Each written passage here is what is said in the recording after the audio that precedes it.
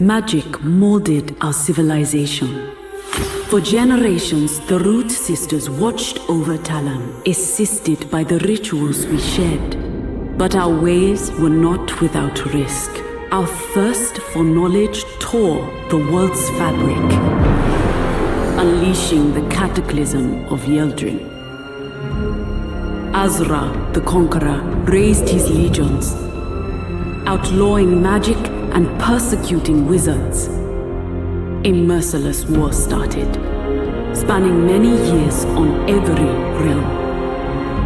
Now, only a few of us remain. We are all that stands against Azra's tyranny, keeping the flame of hope burning for revenge. For how long will this cold sun cast its shadow upon us? Welcome to Between the Joysticks. Press start and then we're off. Nick and John, they've got the sauce. Breaking news and some hot takes. Even if there's some mistakes, Nick is captaining the ship, while John gives thoughts straight from the hip. But when their powers combine, we're all in for a hell of a time. Between the Joysticks, it's the best. Up to 6 things they will address. Tell all your friends and settle in. Between the Joysticks now begins. Hello there, and welcome to episode 165 of the video game podcast Between the Joysticks. On this episode, we've taken 2 weeks off, so we're going to do some catch-up. We're going to talk Highguard. We're going to talk Absolum. We're going to talk the Xbox Developer Direct and more. All of that in this episode. I'm your host, Nick, and as always, I'm joined by my co-host, John, who's got his hood up. He's looking very dark. Yoo-hoo! These last 2 weeks have been great for you, right? That's why we haven't been recording? Yeah, yep. Yeah, sorry, guys. This one's on me. Well, maybe not 2 weeks ago. 2 weeks ago, we could have recorded, and I think we just kind of life got in the way. But last week was on me. I'm 36 years old, and I'm a self-proclaimed shithead when it comes to my teeth, I guess. I brush my teeth every day. I do all that stuff. But, like, you know, I fall in the camp of, like, yeah, I totally floss all the time. I don't, you know, and I drink more Mountain Dew than I should and still eat candy every once in a while. But I'm at the point in my life I'm never even looking at a piece of candy again. I had one of those, my face is just pounding nonstop, and basically had to call into work, go figure out an emergency dentist situation. Luckily, I didn't have to go to the emergency dentist because I ended up calling my dentist and they were able to get me in. But yeah, my face started to swell up, had some genuine infection going on up there, so they had to give you a nice little visual. But they had to drill a little hole through my tooth to get up to the nerve where the infection was, and then put something in it to drain the pus out of my face through a little hole in my tooth to get it into a position to allow myself to get a root canal, which I'm getting in 2 days. So the pain's gone. I'm sorry for laughing. Yeah, that's fine, man. You're my friend too. Thanks, man. I feel bad for you, know, of course. I know. Of course. I definitely do. And it is funny, you know, that we know several, myself included, had a come to Jesus moment with hot sauce. And then we know somebody, a mutual friend, that had a crazy hospital visit too. So it's just, tis the season for take care of yourself if you're listening to this. Yeah, Don't put off those doctor's appointments, dentist appointments. Yeah, you know? I was the king of, you know, like I pay for dental insurance. And I don't know why, you know, because I would always just be like, oh, I'm only going if I need to, you know. Yeah. No, but it's like, yes, you should have been doing this your whole life. If you haven't, please go to the dentist every 6 months. But yes, you know, if you're approaching your upper 30s, lower 40s, you know, I think we've all heard it, but don't ignore it. Just maintenance, guys. It's gonna break down. Like, I made an appointment to go see somebody to, like, look at my hip because that's been flaring up, and, you know, I've been putting off a vasectomy for a while because, like, I just don't want to deal with it. So it's time to put on the big boy pants and go visit good old MD. And if you don't live in the United States, like a lot of our listeners do, it's probably a lot easier for you guys. So, you know, I know there's different issues that some countries have, I think, you know, from wait times to, I don't know, long ER visits, I guess. But just at least you don't have to do what we do, where it's $4,000 for a root canal if you don't have insurance, you know, where it's like, you know, all of a sudden you're looking at that. So, but yes, I'm okay now. Did you ever like? I know like just going to these places can be a bad experience because they're doing things to you that you don't want done to you, but are usually for your good. But did you ever have like a doctor's visit that was just bad because they were bad? Because that really like I was bad about the dentist too, but that's because I had just a bad experience at a shitty dentist, and then let it paint the picture for all dentists, and I'm like, I just don't want to be in that situation ever again. And then I went to another dentist. I'm like, wow, this is easy. This is a lot easier than I ever experienced before. So this last visit, it's kind of good and bad, but to your point about finding the good dentist thing, I found the best, most awesome dentist ever, and then they're like, yeah, but we only take your insurance after the fact, so you have to pay for the cost up front, and then we'll send you a check for what the insurance is. I'm like, what? Why? Like that's the stupidest thing I've ever heard of. So basically, I would have had to pay $4,000 up front for this, and then they would have sent me a check for like $3,400 or whatever the insurance paid for. And I was like, I can't. I'm not that liquid. Sorry. So I had to leave that place. Now I've been trying to find another one. But this last dentist I went to, the people were great. I've had an issue my whole life. A lot of my teeth is genetics. I had a dentist appointment when I was like 11 or 12 where I had 13 cavities in one go. And like, that's just like, yeah. And so like, I've had over 60 cavities in my life. No wonder you don't like to go. Yeah. It's the worst place in the world to me. And so, but this last one, the people were great. They didn't talk down to me, which is usually what I would get, especially because like I was like a kid. So my dentist would be like, "What the fuck are you doing? Like, stop eating candy." And I'd be like, "I'm eating candy because I'm a child, but I'm also brushing my teeth every day. And I think there's more to this, right?" But these people, yes, they were understanding, sympathetic to my situation, but I don't know how good their skills were. Like I'll say that it was. Especially the shots were like were rough, and like the shots are usually the easy part, honestly. Right. But these ones were rough, and I don't know if it was because there was an infection up there too. Maybe it was just extra. But it's just go keep on the up and up, boys and girls. Yeah, and again, if you don't like where you're going, go somewhere else because not everyone's the same, and there are definitely big differences. Yeah, I mean that one dentist place I liked. I went from like the old school, like I have a decaying looking like sharp metal pick to like everything was modern and high tech, and like we're doing this all by like digital and like and it's like oh okay. And like my old dentist, sorry, I know this is going long, everybody. You're good. My old dentist used to like, how like before you get the shot, they'll put like the little gel on it to like numb it up a little bit. Yeah, he would just shove his finger on my gum as hard as he could until it like went numb. Oh my god! And then that's what I'm talking about. And this is like an old school dentist guy, and so like, and he was good at it, but it still hurt a lot. Yeah. And then I went to this no place, and they're like, okay, we're gonna numb you up. Did the gel, and then like I didn't feel even the first poke, and I was like, oh, why have I been living in such pain my whole life? But yeah, this one was a mixture of all that. So on the mend, but yeah, I got to go finish that sucker up in 2 days, which I'm not. But you did warn me if you have an attitude on this episode, it might come out, right? Yeah, besides that, we won't get into it. I had to go like deal with like county clerk's offices and shit today, and like the weather and where we live has just been in the single digits for about 10 days now. So I'm just things feel pent up. Okay. You know? Right. Well, the goal of this podcast is why I wanted to do it, obviously because we love talking about video games, because I want it to be an escape from all those negative things in your life. Yeah. You come here, you're like, I'm just going to listen to two guys complain about the dentist for 10 minutes straight, and then they're going to talk about video games for the next hour, and I'm just going to lose myself to that wonderful bliss, the escapism, the power fantasy that is video games. You ready? I'm ready, man. Okay, we're going to turn you around. I'm going to turn you around with a little banter here about our predictions at the beginning of the year. Ooh, a little 1 month in prediction recap. I don't know why I am hung up on this 3D Mario prediction. Okay, and because you know if I nail it, you're going to have to eat crow. Okay, sure, of course. I happily eat crow on a 3D Mario, of course. Yeah. And then I know I counter predicted you with a 2D Mario, not knowing that Super Mario Wonder got is getting the Switch 2 edition. Enhance. Yeah, enhanced edition, whatever. But we'll see if I can amend my prediction. Probably not. That's fine. But I wanted to get your thoughts on this because I think it's a cool idea. Okay. And I keep forgetting about this. There's another Mario franchise we keep forgetting about. Mario Maker. Correct. What do you think about a Mario Maker 3D.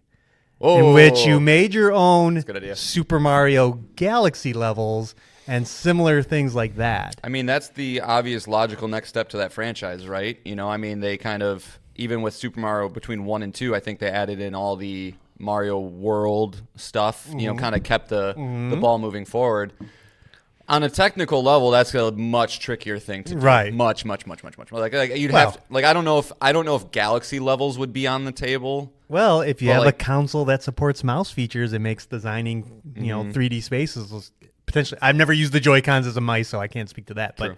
But I think when you have that functionality, Mario Maker seems like a slam dunk. I like that. I will allow you to amend because I'm not a hard ass like some people. But Well, we have no really prizes. It's only really bragging rights. yeah, so 100%. Whatever. Yeah, my biggest reason for it is just I just think that the Switch momentum has plateaued a lot, and Yes. and they need something like Yes. they need. And I hate that it's come down to 3 franchises. It's almost like the Xbox problem of like 10 years ago. And it's not a problem that Nintendo has. They're going to sell no matter what. But it's just like Zelda, Mario, Smash. Like Right. those are the 3 that get people to like get like I need one of these Right. things. And so, Mario Maker 3 would be really, really dope. I don't know if it moves the needle enough on it. And like that's and then all of a sudden you run into like, okay, we had the movie and a 3D Mario Maker. And like now at some point you got to release a 3D Mario, and then Well, is it yeah, too much? of course. But like if a 3D Mario is like again, if Donkey Kong Bonanza team is like that, they were the 3D Mario team, sure. But if they can release a game that people can make their own content, it'll be huge. It serves their stupid online service that you have to pay for, Yeah. or will have to pay for in June after your free year with the Switch 2 ends. But Did you come up with this all on your little lonesome, or like? Because I mean, this is a really good prediction. Like honestly, like looking, and there's a lot of like stuff online kind of about it. I mean, we've talked about it before on this show. Mario Maker has been a prediction at least a Nintendo in front of a Nintendo Direct. Yeah. But no, it entered my brain and it just kind of like. Because Duh. because you got like even like a good example of a template to follow is maybe not like Super Mario Odyssey, but like what about Super Mario 3D World? Like that was Right. like that seems like something that people could very easily, because it's very chunky, it's all blocky. You need something blocky. I feel Right. like as soon as you start working with like circles and gravity and all that stuff, it's like you could have some really fine well programmed things to make it easy for people, but like then it's just going to get wonky. But when you got blocks, Well, I just thought like, because one of the things about Mario Maker that people like is like the challenge levels, right? People making these ridiculous levels, and how Mario Maker works is you can't post a level online until you complete it, but once you complete it, you can post it, and that leads to like the most ridiculous levels out there. somebody would get really good at it, and those would go to the top. And I think like from a challenge level standpoint, like the Mario Galaxy feels like the way to do it, because I don't know how. Yeah, again, how would you make an entire Super Mario 64 stage? That would be freaking. But then I'm saying all this, and then I think about look at what people have made in Minecraft, right? So it's like and that's a Super Mario Maker 3D could be a huge thing. Okay. Yeah, good. Yeah. Because it's such a good prediction, you're allowed to amend. If it was a dog shit prediction. I know we keep talking like Nintendo has to do something, and if it's not a 3D Mario, what is it? And that's kind of where my brain is constantly trying to jump to, and we'll see. The DEF CON levels for a Nintendo Direct are pretty high. When's the Galaxy movie date? April? I want to say April. Yeah, that sounds right. April 1st. Okay. So I don't know about that, but I think no. Just like I feel like they're probably the Direct and all that stuff will kind of be right. So yeah, Nate the Hate said there would be a Direct. He said it would be this week, but no news as of this podcast. So we'll see. But yeah. Okay. All right. And then another thing that happened while we were away, and we don't have to get too in depth into it because neither of us played it, but that game that was revealed at the end of the Game Awards, Highguard, which has been, mum's the word up until its release last week, is out now and not setting the world on fire, unfortunately. No. 45% positive on Steam. It's at a 60 on OpenCritic. Yeah. I know people are lambasting so how the loop of Highguard works, now that we know what it is it's a 3v3 hero shooter in which you pick your base, you pick the layout of your base, you fortify your base. Kind of the quickest comparison is the Rainbow Six Siege, like that part. But then you have to loot the map, and there's no enemies, like no PvE content, computer controlled enemies. And then you loot stuff, you capture points to create a siege engine, and then the siege engine assaults the other base. The other team comes there, you try to defend it, rinse and repeat. Every time you complete a successful action, you take the enemy's health down. But if you take down their base, obviously the game's over. But doesn't seem to be setting the world on fire. Nope. No. I know you mentioned you might try it, and then obviously all your T stuff happened. My teeth stuff happened, but then I also watched kind of gameplay of it, and I was like, it's sweaty. Right. Well, that's the other thing people are saying is like, it's 3v3, and then when you die, it takes a long time to spawn on top of that. Really? And it's like, it's not great if you're casual like we are. I thought that maybe there was a path to it, now that I've found our creators and like what's there, but just the key differences of those are just the sweatiness. I enjoy Arc Raiders because I can go in at my own pace. Like I accidentally joined a 3-person match in Arc Raiders once, and I immediately nope. I was like, no, I don't want. No, I just felt an immediate weight on my shoulders, like they're counting on me, and I don't want that. So I didn't check out Highguard, but I think this is just a very this will be one that we look back on as a incredibly poorly fumbled ball, like of a release where. I think there is something with this game if you gave it enough time, if you let people experiment with it, approach it in a casual, long-term type of way where the developers can actually use some feedback, improve things, and maybe there would be an update for it in a year or so where there are, environmental AI that you can kill, and they do start to lessen the load-in times and things like that to get a game that people want to play, but releasing it and launching it and announcing it the way that they did, I think it burned a lot of various bridges, right? Like you're making it the last game of the show. That's the obvious big one. Keeley hyping it as much as he did, so people are going to look at it like a microscope. That's what we do as analysts. So you could have maybe put it earlier in the show. You could have, if we were that close to release, you gotta either push up that release, figure it out to get it to launch on that night, or there's just a lot of moving pieces to it, and I think there are good ideas in the game. They just tried to do too many different things. It's like It's like Overwatch, it's like Rainbow Six Siege, it's like Fortnite, it's like all this, and then you look at the gameplay and you're like, really? I just have to hit X while I'm mining to get most of my minerals, and it just it was a game that was undercooked from a lot of different aspects. And I saw this review on OpenCritic, which kind of seems like how I think a lot of people are feeling, and how I think there's something to be said here, which is Highguard absolutely. Oh, this is from Game Mag. Highguard absolutely does not deserve the hype around its release, which was largely stirred up by Jeff Keighley. Instead of a surprise launch, the developers should have conducted extensive testing to identify all the core issues of the gameplay.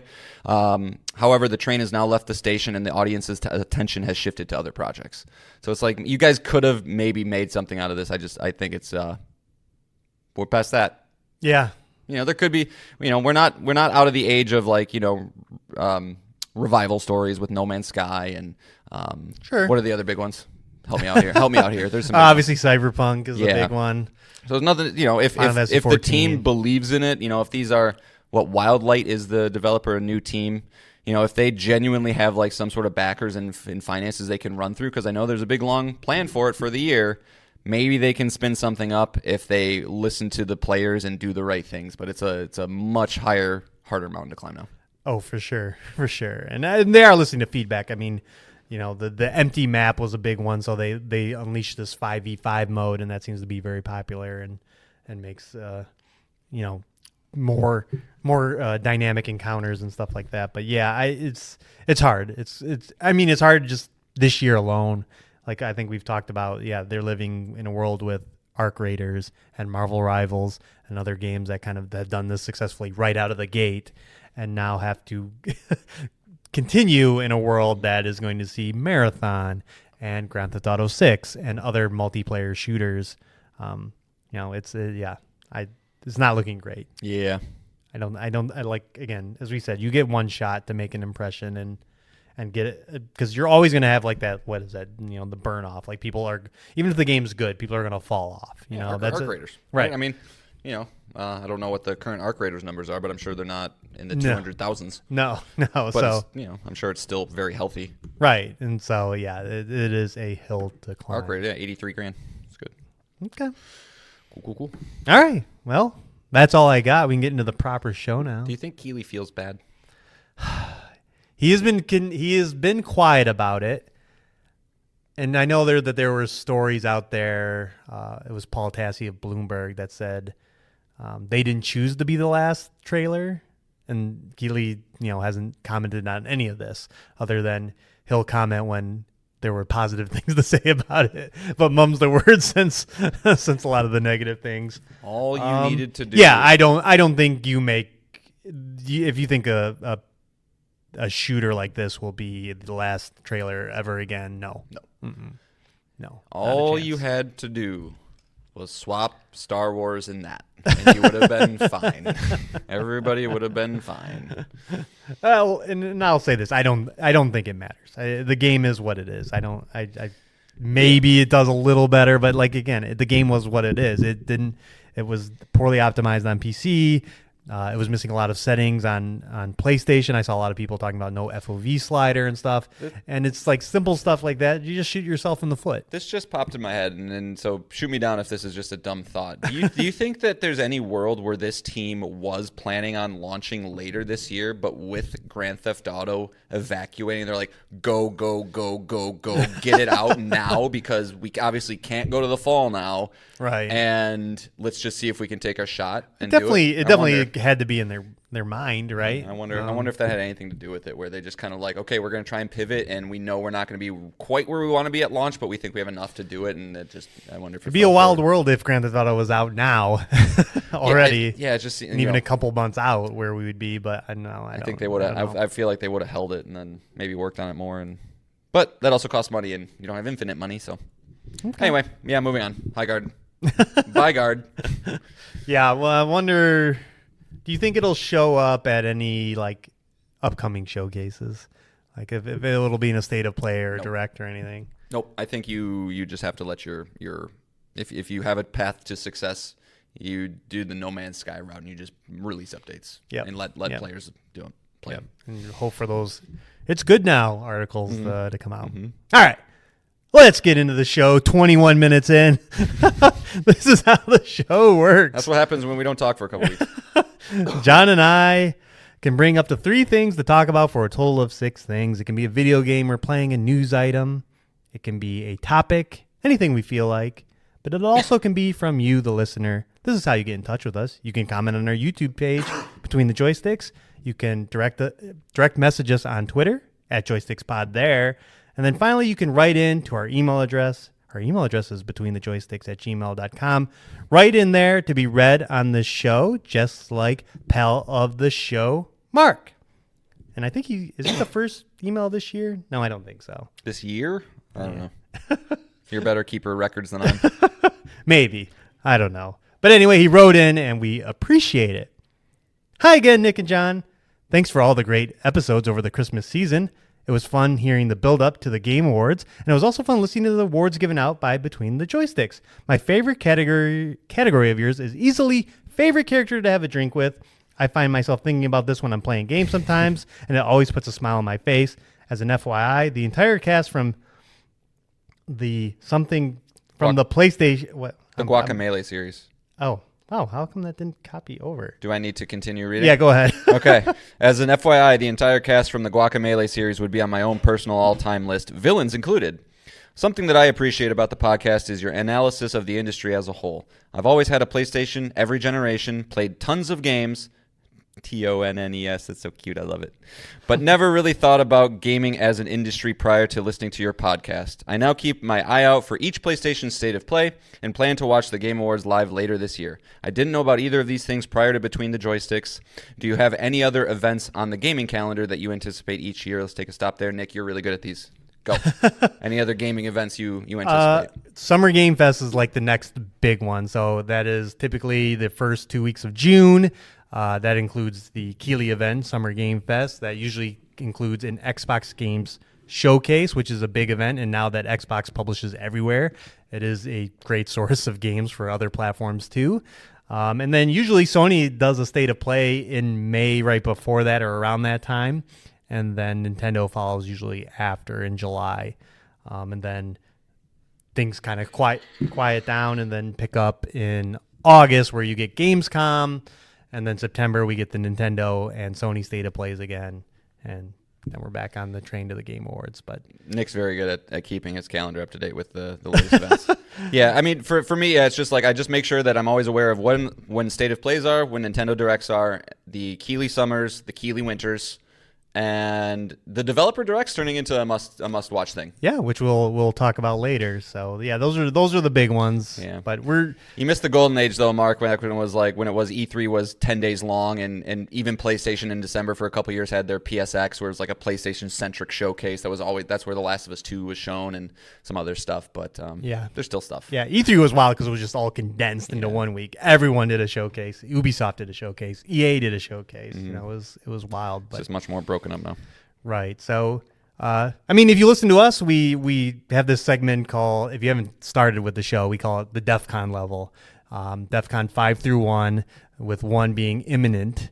And usually we start talking about that when there's inklings of a showcase or we just generally think one. So this February, I think we're at a DEF CON 1 for both Nintendo and Sony to do something.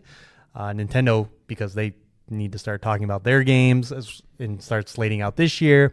And Sony and PlayStation has kind of some big games coming up with Marathon and Saros. So they're going to fit a showcase in to talk about those for sure coming up here shortly. But do you know what the quoted DEF CON 1, I don't know how to say this, the way that the United States Defense Department signifies DEF CON 1 is, quote unquote, the cocked pistol. We're at a cocked pistol level. right. All right, back to the email. I've played a few games recently. Here's a quick summary. Tales of Iron, loved it. Great art, great narration, fun combat that was challenging but fair. Got the platinum and recommended it to a friend. I might have to check that one out. Absolum, didn't like it. Felt like the story was pushing an agenda. I'll say nothing else other than these folks aren't on my list of favorite characters to have a drink with. I completed a run, then deleted it. Shinobi Art of Vengeance. I'm currently about halfway through, and I absolutely love it. This is everything I love about gaming, and I can see myself putting in a lot of hours post-game. Thanks again for the great show. I'm looking forward to future episodes. Also, Nick, you mentioned recently that you haven't been sleeping well. Sucks, mate. Get fucked. Mark. Wow, dude. That's a rough way to end an email. Just kidding. He said, hope the wheels turn soon. Smiley face. Mark. Yeah, I've gotten a hold on that. Thank you, Mark. I appreciate it. I am sleeping better now. I do think it was diet. So no, I wasn't snuggling you enough. I wasn't stroking your hair as you're falling asleep. That's true. That's what I need now. I'm used to it now. It's just part of my routine.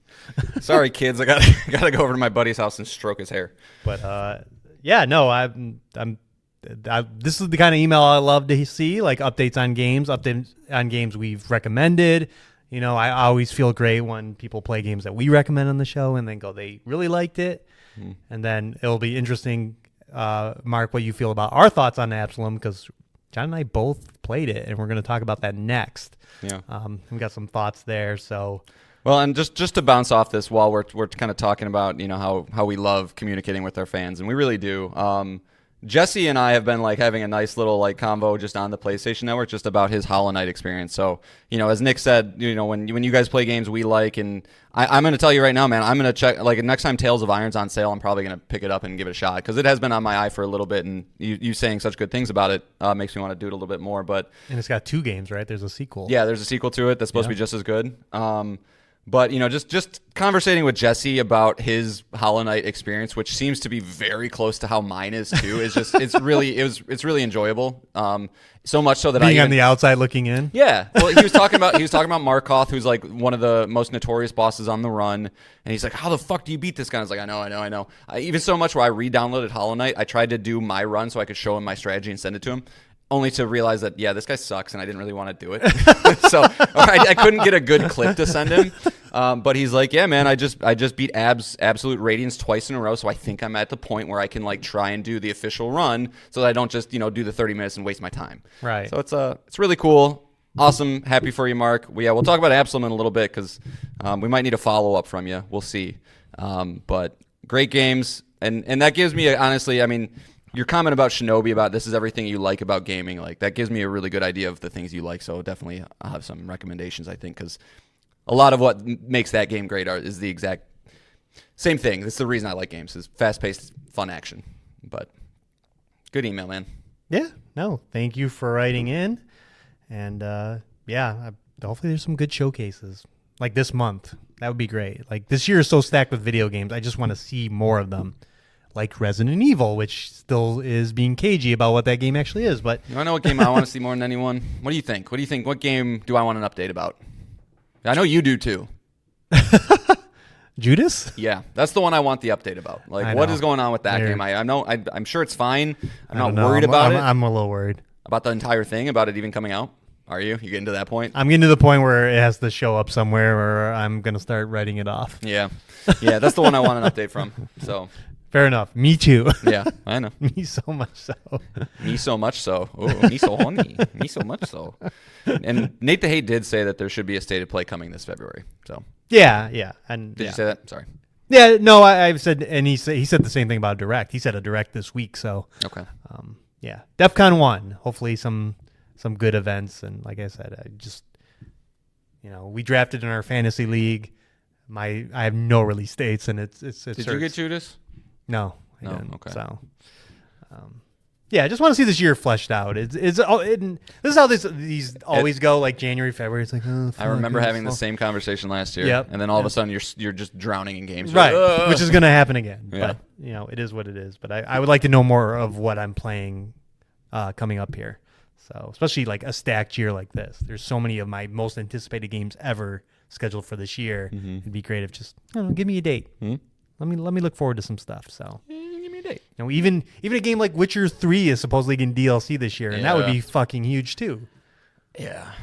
That would be great. Like that's something I would even check out, dude. I never played Blood and Wine or Hearts of Stone. I know, so good. but I can't go back and play The Witcher 3. I don't have time. No, you can, and you'd probably have to. I would. I'm glad you mentioned that, because that will be an interesting thing that they have to address, right? If they announce DLC for it, like the game came out in 2015. That's 11 years ago. If I'm jumping in, how am I supposed to remember how to use Igni and all the signs and the sword combat and the crossbows and like they're gonna have to have like some kind of onboarding so you you're just not like thrown in and be like, I'm a level 70 Witcher and I don't know what I'm doing anymore. I feel like they would almost even need like a 15 to 20 minute like story, right? Like give us a nice in depth. Yeah, but I mean, I'm Phantom Liberty. I know that was a much closer to launch, and so when you get those big meaty ones, I think they do probably a pretty good job of. Yeah, I have faith in them. Just from a curiosity point is how. Yeah, it's not often you get 11 years after the fact DLC. Yeah, so. and that's rumored. We'll that's not official. Witcher fans, just rumored. But all right, let's move on. Just saw your team name for fantasy. Red Ball Marketing Global. If you know what that's in reference to, write in. You're our favorite listener. So let's move on to the game Mark didn't find very enjoyable. Wait, I just saw you picked up Zero Parades, you fucking sneaky asshole. I didn't just do that. That was weeks ago. Yeah, all right, whatever. But Absolum came out last year, October 9th, sitting at an 86 on OpenCritic. It was a Best Indie Game nominee at the Game Awards, so pretty well received. And I believe you were the first, John. You checked this out first. I did. And we'll kind of just say what Absolum is. So Absolum is a beat 'em up, a side scroller, enemies on the screen, similar to Cosmic Invasion, Shredder's Revenge. Yeah, those are kind of Streets of Rage 4. but it is also a roguelike in which you're kind of building your character up. You're getting stronger on your run. Your runs are going to be random. In this game, you start with 2 characters to pick, and then that expands to 4, and then you pick their Arcana, which is their super ability, and then you go through runs where you get what are called rituals, which is magic that will strengthen your moves. What are some of your favorite rituals? You talk about like Bramble or water, or specifically. I like Bramble a lot, which is fun. So there's it seems like there's 7 or 8 archetypes, right? And within each of those archetypes, there's different modifiers. Like you have a strike, you have a heavy. They can impact those. So you got your standard fires, lightnings, waters, things like that. But Bramble is the one that I find is pretty damn powerful, where you're basically through different finishers and different dodges and deflects. There's different mechanics in the game. You can basically spawn these things you can pick up and throw. And there's not a lot of melee range in this game. So I feel like if you can get a good Bramble run going, you can kind of just really start picking people off from far. Right. And because it's a roguelike, these aren't guaranteed. John can be I want a Bramble run, but he might go there and it might be, fire, necromancy, water, and he's just all right, well, I guess this is what I'm going to choose. And again, just like other roguelikes like Hades, you're trying to just try to build the best run out of what is offered to you. And like roguelikes, the fun can really be when you have a broken run where it's just everything lines up with your character and you can just stomp through the game. But it is a roguelike. You die and you start all over. But the game has a map and you're choosing multiple paths and multiple islands. So there's certain enemies you might never see because you take a different path and so forth. And you just kind of rinse and repeat. You kind of have a home base where you kind of, after each run, you're kind of getting slightly stronger, so you can start runs in a better place than before. Like when you start the game, you have no extra lives at all, and then by the time you've done a couple of runs, you'll have 3 lives, and you can come back. The extra lives in a roguelike is like the double jump in a Metroidvania. It's I know it's coming. I need these. Come on, I need to be able to revive myself. So I think I covered the base of the game. I have 25 hours in. I got the platinum. John, you're right behind me. I have 1 trophy to go. Yeah, he's going to get the platinum too. And I don't know, where did you want to start with this one? Well, so first off, I want to start with how we both experienced this game, which I was a big fan of that we did this, and we should do this more, is Nick and I actually played it together. Yes. And that doesn't happen as much as you guys might think. Or maybe you do know that John doesn't really like to play games with other people. So I don't like either. And Nick doesn't either. I play Marvel Rivals by myself. Yeah, and I get it. And so what did we do? We played the game. We didn't even put our mics on, and it was fine. Right. But I think that was a cool way to experience the game. Just it obviously created this sense of I can't wait to go into work tomorrow and talk about our runs and what did you like, what didn't you like. Nick gets to chastise me for not doing the side quest that he wanted us to do, and I don't know, I just wasn't paying attention. Right. but it was a good co-op experience, I guess, is what I'm trying to say. Yeah. It was much better with friends, of course. Yeah, and the game seemed to adapt. You're going to get more enemies. I think they got more health and things like that too. But you obviously gain the ability to revive each other, so that's a kind of a little nice a perk you get with that. But I guess the best place to start. I mean, this is to me a gameplay first game. I think most roguelikes should be that, and I think it's a very good one.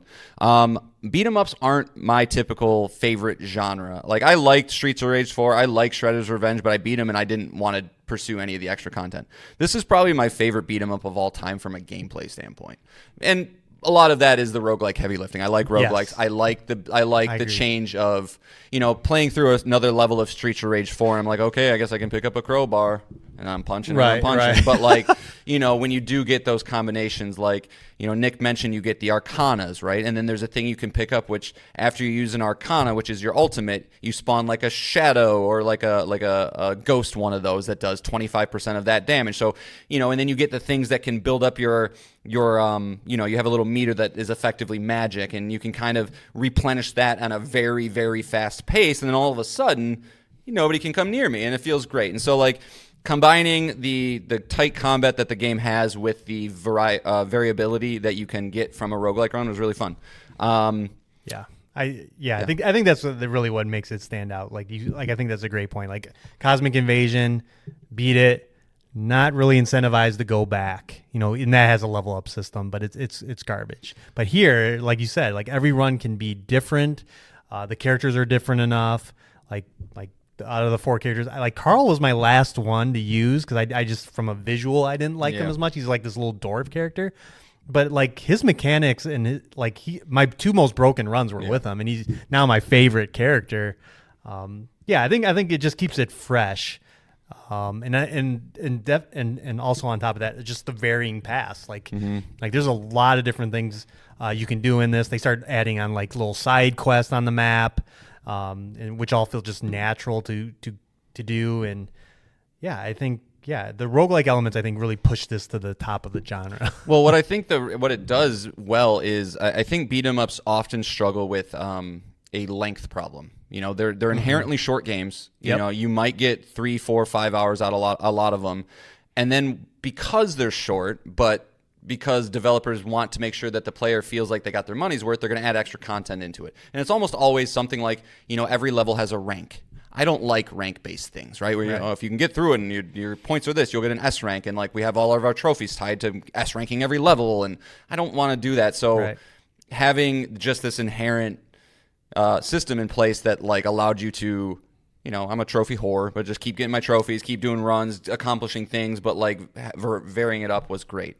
And again, if we talk about good trophies and bad trophies, like good trophies are trophies that not necessarily are easy to get, but they just guide you to see content that you probably wouldn't see. And I think boss fight specifically in this one's a big one. Right. It's like pointing you to all the hidden bosses and all that stuff, and which are great. Because I think the bosses are great here. I think one of the best things about this game is its overall visual design and animation. Like the bosses are just fun to discover and see because of the spectacle of them all. And again, this is a fantasy world. It takes place in Talam. The story is very, generic. You have an evil king outlawing mages, and your whole party is a bunch of mages, and your leader of your resistance is a mage, or sorceress. And but I do want to point out like the visuals of these incredible boss fights, and the visuals in the game in general are just great. They're just it's hand drawn. It looks awesome, and this is done by Guard Crush Games, who worked on Streets of Rage 4 with the same team that did that. Yeah. Who did Blizzard Cube? Or is that what you said? Yeah, who did Shinobi Art of Vengeance.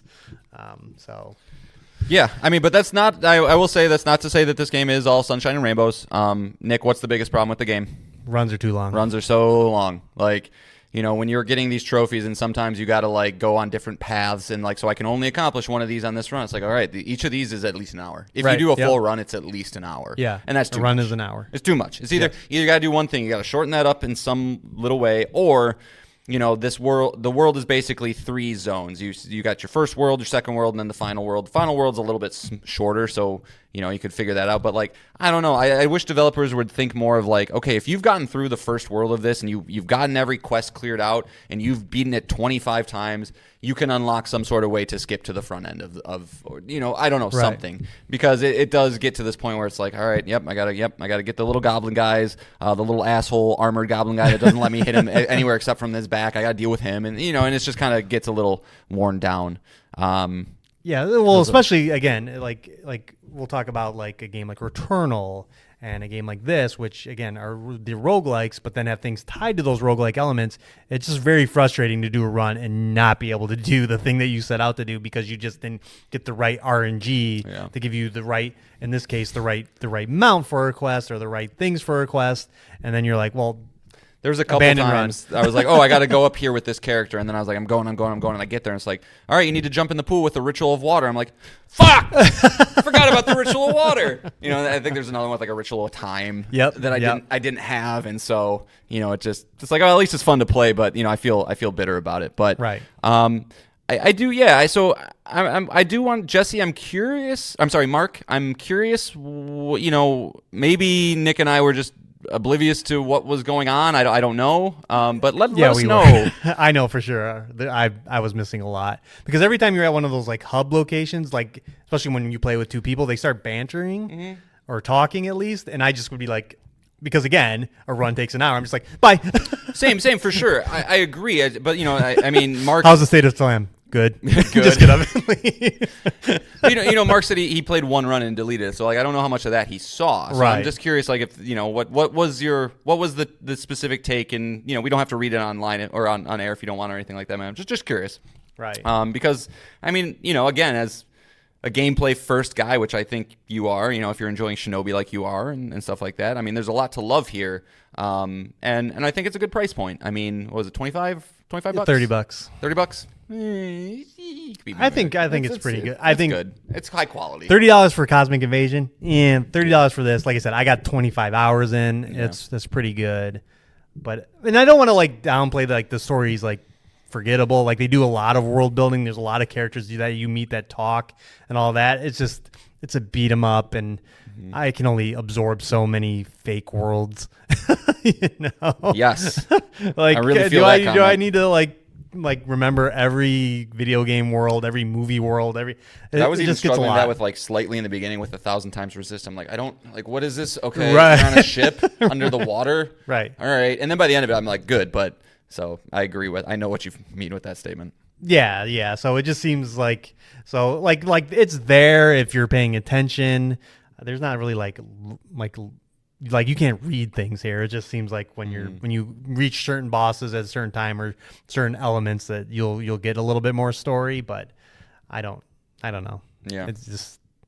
But I'm here to kick butt. are you ready to score it?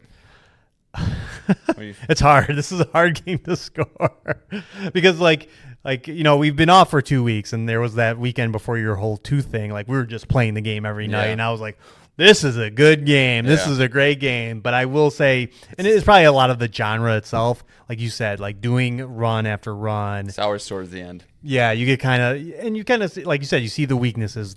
Levels are too long. Frustrating enemies. It's a beat 'em up, so the screen is just full of enemies. You can't see yourself. Especially when John and I are both playing, and Arcanas are going off left and right.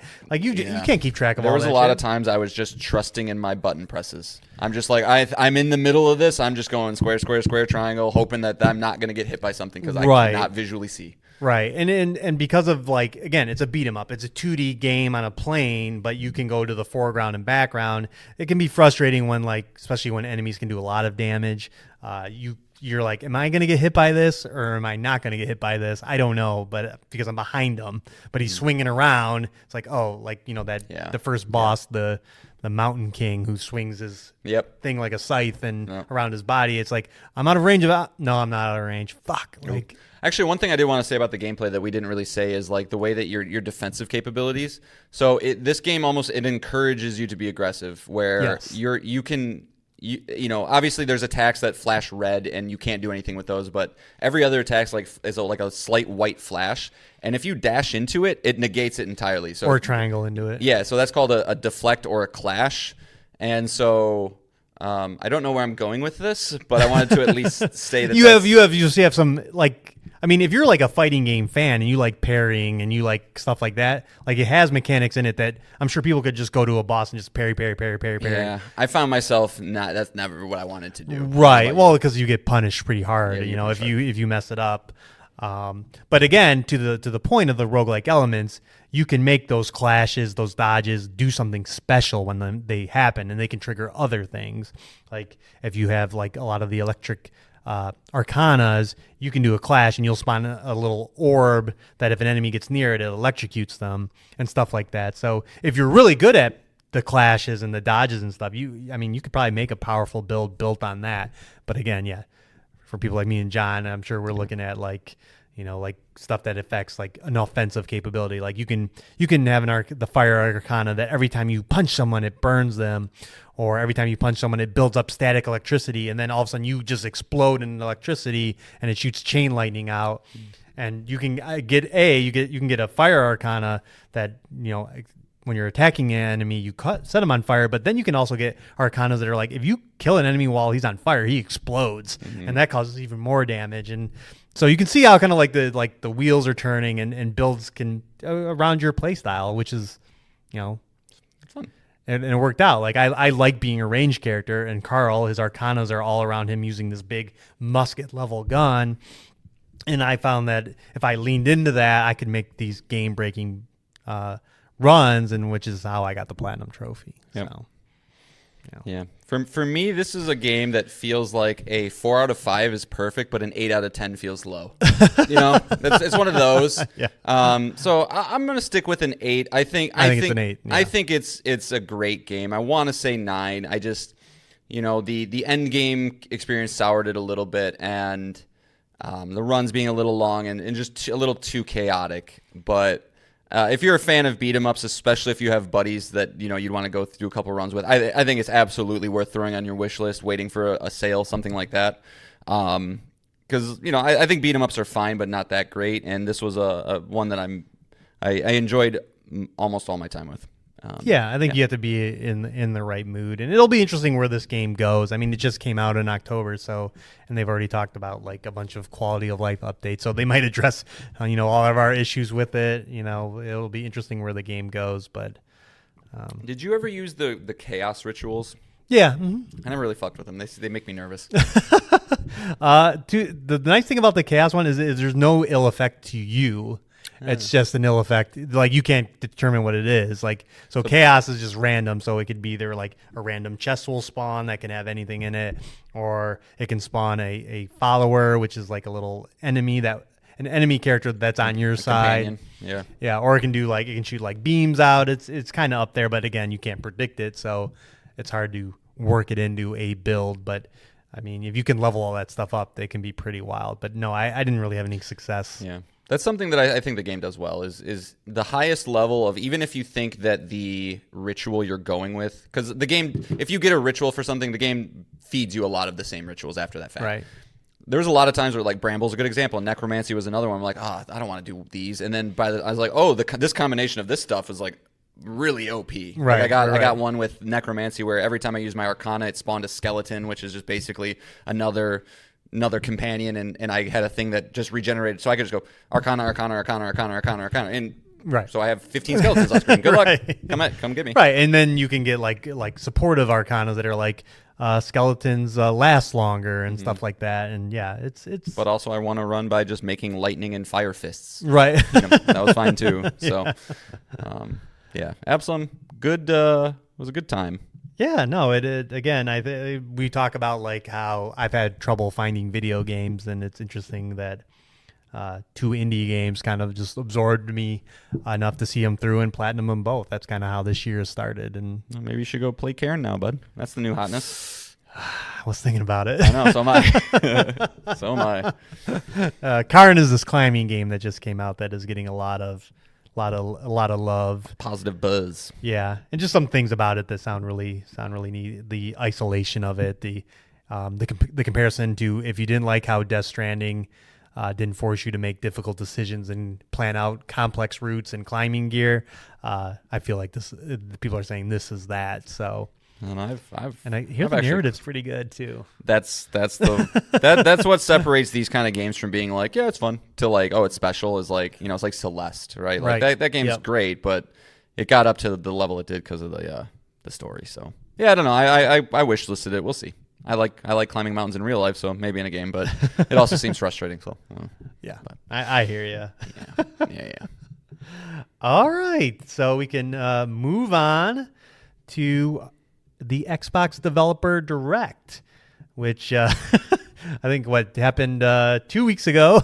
Yeah, that was probably this is going to be the oldest news probably. But I just wanted to give some, and we don't have to go really in depth into each of the announcements because, again, we're going to see more of them throughout the year. But, we talked about predicting the mystery game. We were way off. Because I feel like the rumors show me a led us podcast astray. that got this one. Yeah. The next Double Fine game? Okay. Well, I beat myself up because I had heard that thing existed. But I think we were thrown off because we didn't think we thought it was third party. Yeah. We didn't think it was like internal. I believe the rumors pointed us in that direction. But let's go over what was shown there. So again, the Xbox Developer Direct, they do it every January. They feature 4 games. Usually there's a mystery 5th game. Going into this, we knew 3 games that were going to be there: Forza Horizon 6, Fable, and Beast of Reincarnation. And then they revealed a 4th secret indie game, which we'll talk about. But they led things off with Forza Horizon 6 coming May 19th of this year. To Xbox. To Xbox, but they do say PS5 this year. Yep. So that's great. All you people who bought Forza Horizon 5, and there were a lot of you on PlayStation, thank you, because I'm sure that influenced this decision. But yeah, we got a great look at the game. I don't know how much there is to add, but I'm going to refer to the Forza Horizon expert on this show. Sure. Yeah, so what they showed. First, I'll just read a little blurb from Microsoft because they'll be able to explain it in a short amount of time better than I can. But Forza Horizon 6 will feature the largest and densest map of any Horizon game to date, full of verticality, diverse biomes, seasonality, and breathtaking driving experiences, all elevated by Japan's unique car culture. And just when you thought things couldn't get any better, the team provided an overview of the new features players will enjoy as part of Forza Horizon 6, including customizable garages and the estate. An overhauled car roster with 550 cars to collect and customize at launch, as well as new shared experiences, drag meets, and Horizon Time Attack circuits. So, so as they say, we're in Japan, which seems to always be the number one destination for any type of game. See Assassin's Creed conversations. Over Japan's hot right now. Well, it's always been hot. Over here in the West, we adore Japanese culture so much so that I think they're having to limit tourism and stuff over there because it's crazy. But every single racing game that's ever been unveiled since Gran Turismo 3 always looks like the prettiest thing you've ever seen in video game form, and this one is no exception. But. Like Nick said, I don't know how much there is to say about this. The estate seems to be the big thing that they're kind of going for with like a new app, so to speak, where it's like you have this big open area where it's not just your garage, but a compound essentially where you can, put different buildings in and different ways to customize the area you want your friends can visit. You can show it off almost like Animal Crossing car form. Right. Yep. Which will be a big thing for people. It's not really my cup of tea. I just want to be able to drive around gorgeous Japan with dope cars. So I know I'll have that there. But one thing I did get from the little presentation they did, and they probably do this with every single one, but because of the amount of culture that Japan has, I think it hits a little bit harder, is, they really wanted to showcase how much they care about getting it right. Japan is a incredibly significant place when it comes to culture, but car culture is a big thing there as well. So they wanted to make sure they had the right people in place to nail all of those attributes, what makes it important. Japan both has, major car companies like Toyota, Honda, and all that stuff, but like they have, the street racing scene with lots of bright lights and cool things on cars that, really speak to the flair and the way that just Japanese people like to live. So it's going to be great. I mean, this is a no-brainer. Going to easily be in the 90s. Going to be awesome. If you're into racing games at all, pre-order or wishlist this one soon. But I wish I had the Xbox still so I could buy this day one, but I'll just have to wait. Yeah, I mean, a known franchise, one that does incredibly well reviewed. In fact, let's get John to lock in a prediction here. Which review's higher, this or Grand Theft Auto? Grand Theft Auto. If Grand Theft Auto comes out, it's going to review higher.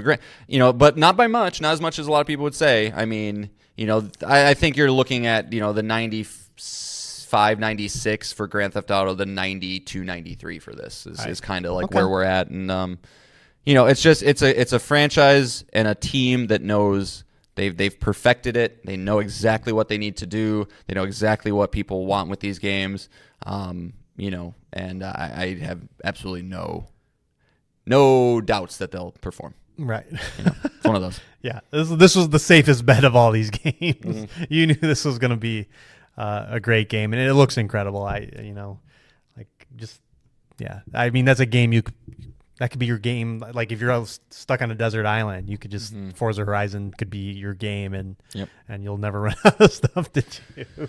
I mean, when I played 5, they made a big deal in this one too about like the festival, and like that's like the kind of think the live servicey aspect of this game. Yeah, you can go away with all that stuff. I don't but even still, I mean, open world game with like they were showing, here's the road in summer and spring and winter, and you're like, whoa. And these seamless races where you're like driving around, what are these guys doing? Take a turn turn and you go and you're like, yo, you're just no load times in a race now, and like a lot of cool stuff. I know my son's kind of pumped for it, which probably should get this digitally. You know, it's probably a good idea. Sure. Fair enough. We can both play it, but yeah. All right. Next up, they showed Beast of Reincarnation, the game from Game Freak, launching this summer. No a specific release date. Coming to Game Pass and then every other platform as well. What Beast of Reincarnation looks like is what has been driving this industry for years now, is another Souls-like. Don't say what that stank. I heard that stank.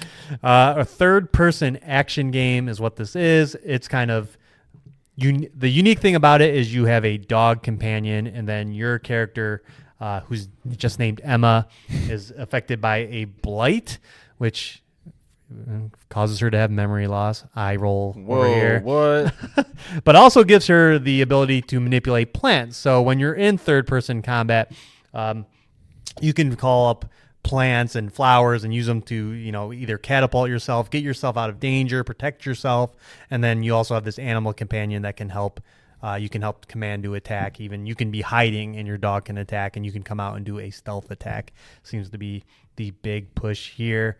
But the one thing I did notice, though, is we talked about games that just from a setting and character standpoint will hit with John. We talked about it in our big 1000X Resist, Nier Automata, Stellar Blade, games like that. This looks to be exactly out of that because you're in the post-apocalypse in 4026 AD.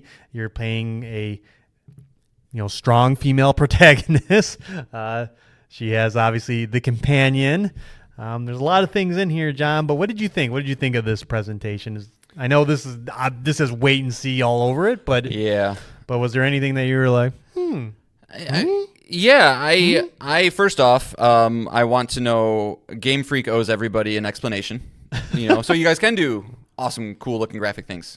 You can figure it out. So maybe put that into the largest IP that humanity has ever known. That'd be great.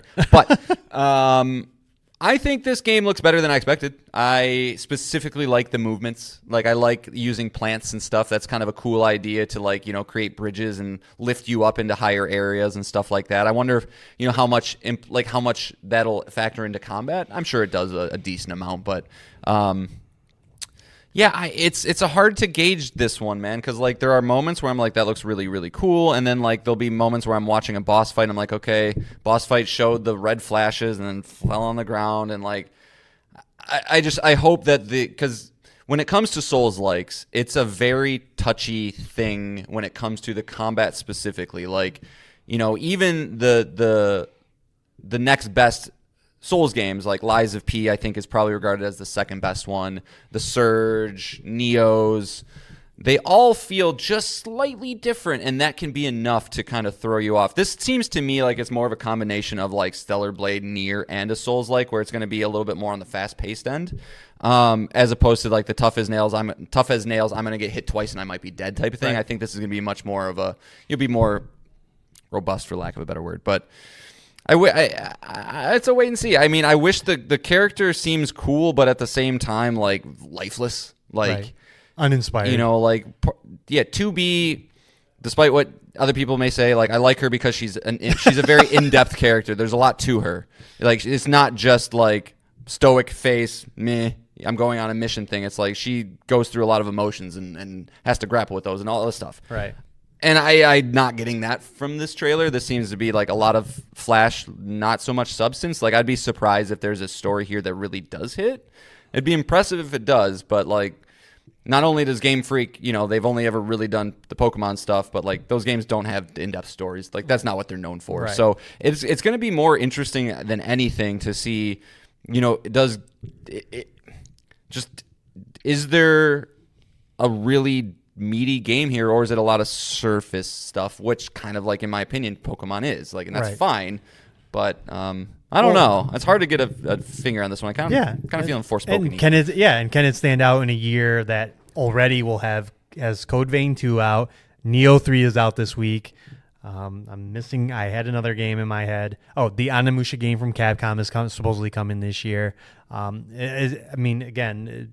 understand Elden Ring and Dark Souls changed the world, but to stand out. And now that everyone's doing it, I mean, it's a tall order. Mm-hmm. But there are some elements here that are unique. You know, the companion, the dog companion. I'm all about the dog companion. Yeah, yes, you are. We talked about Fable 2. We talked about Neva. You know, that can hit you. That can get you to some emotional points. A little manipulative because it's an animal, but Yeah. there might be some elements there. I'm sure there are. I think they in the trailer they show how she meets the dog, and he's like, of course, hurt, and she's got to heal him and all that. But yeah, I think it'll be interesting to see how this is received. I like the enemy design. I mean, I do like that. Okay. Yeah. Is there a date on this one? No, just summer 2026. Okay. Yeah. The only game that got a date out of this was Forza. Everything else is seasonal. Okay. Seasonal release dates. All right. If you're good, we can move on. Yeah, I wanna have more to say, but like I really just I don't know. I mean, they're gonna have to show more of it, and we'll see. Yeah. But yeah, definitely not. You know, we talked at the beginning of the year of the day one versus maybe. Not even scratching those yet. Could. But, yeah. All right. Let's move on. As we alluded to, we could not predict that Double Fine would be the mystery game. They're doing a smaller title called Kiln. I highly recommend you watch the developer direct just for more Tim Schafer, who is a legendary, one of the legendary pillars of the gaming industry. You know, Double Fine has released so many games. Psychonauts. Brutal Legend. Yeah, Brutal Legend. Yeah, that's a good one. Stacking. They do a lot of indie games. A lot of weird projects. They did Keeper last year, which I'm really excited when that comes to PlayStation. I probably would check out Keeper. Yeah. But they're here to talk about Kiln, coming spring 2026. Nothing more than that. It's coming to every platform. But what Kiln is a multiplayer party brawler in which you create your own pot.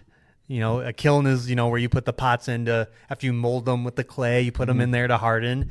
And so you customize your pot. It can be all these different shapes. It can have handles. It can have stickers. It can be painted different things. And then you put them in this multiplayer arena in which you have to try and put out the other person's kiln. And you do this by carrying water into your pot and bringing it over. And so how you design your pot can change those things. Like if you make a really large pot that carries a lot of water, maybe he only has to go to that kiln like twice, as opposed to if you make a fast little nimble kiln or pot, you can move around the map. You can get around quicker. There's some other elements. If like your super move is tied to how your pot looks, so the bigger ones can have different effects than the smaller ones. And there's some benefits to having probably a mixed team, right, of smaller guys. Like, are you going to, aggro the other team? Are you going to defend your base? Are you going to be on water duty, trying to get water over there? So there's a bit of strategy there. And again, all the developers came out to talk about it. It's 4v4. Again, another multiplayer game. I know that those typically won't register for us. Yeah. But what did you think about this one? Yeah. Yeah. I worry for Double Fine a little bit. Like, there's a lot of great things that studio seems to have, but they're constantly doing these small projects that you're just like, I hope you guys have finances. And I think they would. I mean, obviously they're owned by Microsoft, so like, they can be a Game Pass absorbent type team, right? For sure. And they're churning out titles. Yeah. They've had 2 in the past year. Kiln and Keeper, but yeah, you'll never get me excited about like a. But they need like their Peak or their Among Us. They need just a title just to take off. Well, Double Fine. I mean, dude, like they were the Grim Fandango guys and right. Day of the Tentacle. I mean, you could argue that Double Fine was strongest like 25, 30 years ago. For sure. Weirdly enough. It's like, yeah, they've had to kind of continuously reinvent themselves and maybe this game will be fun, but like there's no way that this game takes off. It's like it's gonna be one of those like just the feeling. Yeah. Question for you though, Nick. How hot does a kiln get? What's your guess? Oh man, I mean, to heat stone, clay into stone, or heat clay enough to harden. I mean, it's gotta be a couple hundred. That's what I would have thought. Between 1,700 and 2,300 degrees. That's crazy. Yeah, that's crazy. That is crazy. And the thing about that, it's been around forever. Yeah. The Well, process. like, and you of look at it, play. and like I haven't watched it, and I don't really care that much if I'm being honest. But there's like, this is a video explaining how kilns can reach such high temperatures because it looks like it's just like a box. It just probably just can. I don't know. How wild was it when the first person that made like a clay pot and then brought it, and people were like, "What the hell, dude?" Any of that stuff. Any of that stuff. I want to see everybody freak out about the first fire. Or just wheels. Look at Jimmy over here. Thinks he can lay his crops down faster than us, or whatever he used wheels for back in the Stone Age with Jimmy. But yeah, I mean, I applaud Double Fine. I applaud creative. I applaud trying to do something different. I just, it's going to be a tough. It's not going to sell more than a couple 100,000. Yeah, and they expand on this in the video. Is like what Double Fine likes to do is they take 2 weeks off of working on the projects that they're supposed to be working on, and then each team goes and they try and make a game, like an idea, and then they present it in front of everybody, and then if they like that idea, it becomes a game, and this is one of those, and I think that's just an awesome creative process because. It turns out games like this, even though it might not be our jam or set the world on fire, but I mean, like again, eventually something will come out of that, and it's neat to just get a bunch of people that are just thinking games all the time to come up with wacky ideas, and this is as wacky as it gets. So, yeah, Tim Schafer is probably like the coolest boss in video games. He probably is. Seems like he cares. He cares about the creative. Nice dude. Doesn't take it too seriously. Yeah, yeah, he's great. We'll see. Kiln again, spring of this year. That leads us to our final game, Fable. Yeah, you're taking most of this one. Then.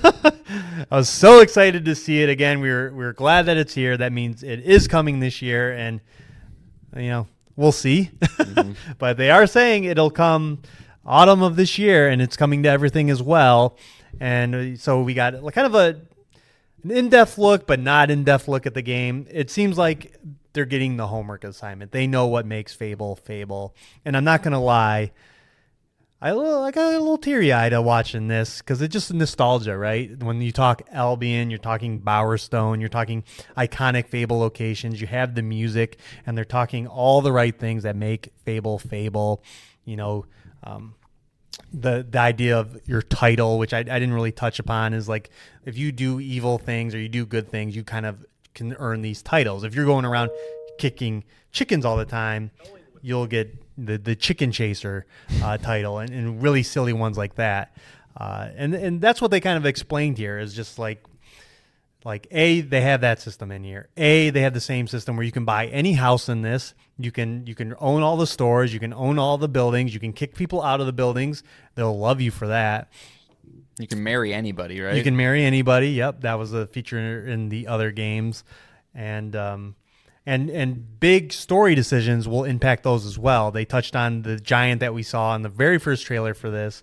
If you choose to kill him, he'll fall down and be part of the environment, and he'll drive housing prices down around it because nobody wants to live next to a dead giant. And stuff like that. But they were light, I guess, on like what the actual game is. We just know that it's open world. It's going to feature the same melee, range, and magic combat as before. We got a little brief look at combat. I feel like they're all on deck for Forza. And it's kind of affecting like them showing this game in long periods of time because it looks like the frame rate's kind of not there yet and other things that... Mm-hmm. I think they were a little cagey in what they showed, but what they showed, like I said, they get the homework assignment. They understand what makes Fable, and that is the British wit, which they touched upon, and then the morality of the game. Or do you want to be evil in these games? And very similar to like Mass Effect. If you were super evil or super good, like it like physically changed your body. You could have like glowing veins and stuff like that, or you can have like a little angel's halo around you if you're a really goody two shoes. And it seems like, yeah, they understand all of that stuff. I'm just watching. It says Esther the merchant dislikes you because your reputation is rich and tycoon. They think you're a rich twat. yeah, exactly. Yeah, so I'm excited to see more. I'm hoping that they say this is a great entry point for like people like John who didn't play the original trilogy. It's kind of like a soft reboot. All the elements that make Fable great are going to be here. It's going to be set in the same location, but it won't be tied to the history of the other games. So yeah, so it'll be interesting. This is going to be a big FOMO game for me, I think, because I think it's too overwhelming. Sure. Just the idea, because like I get in my own head where it's like, okay, well, this is the best. Like, they don't like me. Am I missing something because they don't like me? Should I not be rich? Should I be poor? And then I restart my playthrough, and then I was like, no, it doesn't matter. That's the wrong way to do this. Well, should I marry this person? Should I buy this house? And so I think this is going to be one, because I guarantee it's going to be good. I guarantee you're going to like it, and then you're going to be like, yeah, you should play. And I'll be like, I know I should. It just seems so much, but it looks great. Happy for you, happy for the people that have wanted this franchise to return. When was Fable 3? Like, what is this, like a 15-year it's been gone thing? I mean, 20 years? That is a 360 game, so yeah. I'm going to assume, 2010. Yeah, so be about 16 years. So, yeah, happy for people who, get returns of franchises like that. I guess that means if Bloodborne came out 11 years ago, I just got 5 years left, which is cool. But for me, I don't know anything. I've never even played a second of Fable, so I don't have a lot to say, unfortunately. It definitely has a lot of the things that I would not recommend for John. The open world, open-endedness. I mean, there is like quest, of course. But obviously the FOMO of decision making. I don't like that. Yeah, so but I love the little thing of like, the chicken that gets turned into a goblin, but it still acts like a chicken. Like, that's awesome. Like, that stuff. It's like, thank goodness you're here in 3D form. Like, almost some dumb shit. So and I just know when they start when they're really ramping up the marketing, there's going to be so many great British people in this. I love Monty Python. I love Ricky Gervais. Like that, I do love that style of humor. Right. So, and I have a feeling they're going to be like, well, we got this guy, and we got this guy, and this guy. Because Stephen Merchant will probably be in it. Right. We know Richard Ayoade is already in it. He's the giant. So it's. Yeah, you'll get everybody. Can you get John Cleese? Does he I'm want sure. to? Yeah, he's an old man. He's God, I'll be so sad when he dies. Yeah, so I feel like they got more to show. Oof. He's got a documentary coming out that looks pretty good too, John Cleese. God, he's so old. He's 86, man. I know, but he's like in my opinion, he's more than twice our age. In my opinion, he's the funniest person that's ever lived. So it's like, oh man. Aww. Well, if he's in this game, I mean, you might have to be like me with High on Life. I know. Just get through it, because John Cleese would maybe be the only person, if you were to put like two tables in front of me and it's like Tim Robinson and somebody, where I would go to the somebody instead of Tim. Wow. He'd really gonna be the only one. Wow. Yeah. But he's so good. But yeah, we'll see. Hopefully it comes out this year. Yeah, I mean, or maybe hopefully it doesn't come out this year. Speaking of showcase, the upcoming showcase, like that Xbox game showcase will be interesting for a lot of reasons. This will be one of them. Also, Halo and Gears of War E-Day, which they also say are still coming this year, will have to be there. And yeah, I think that'll probably be, Xbox has always had great showcases. They just, they have the games right now, and they just so bad at selling hardware. Well, just planning, project management, leadership, just timing of it all. Yeah, exactly. That this one looks to be just as amazing. This one looks coming up to be just as amazing, and Fable's a big part of it. So I'm excited to see more. I think they at least understand what this game means and what it's going to be to get that feeling of that you got through those first three games. I think they understand that. So feeling good. Yeah, but it's moving into that day one category. But yeah, see, Mark, the developers direct is a pretty good one. They usually got good stuff. It is up there. Maybe one day we'll rank all the.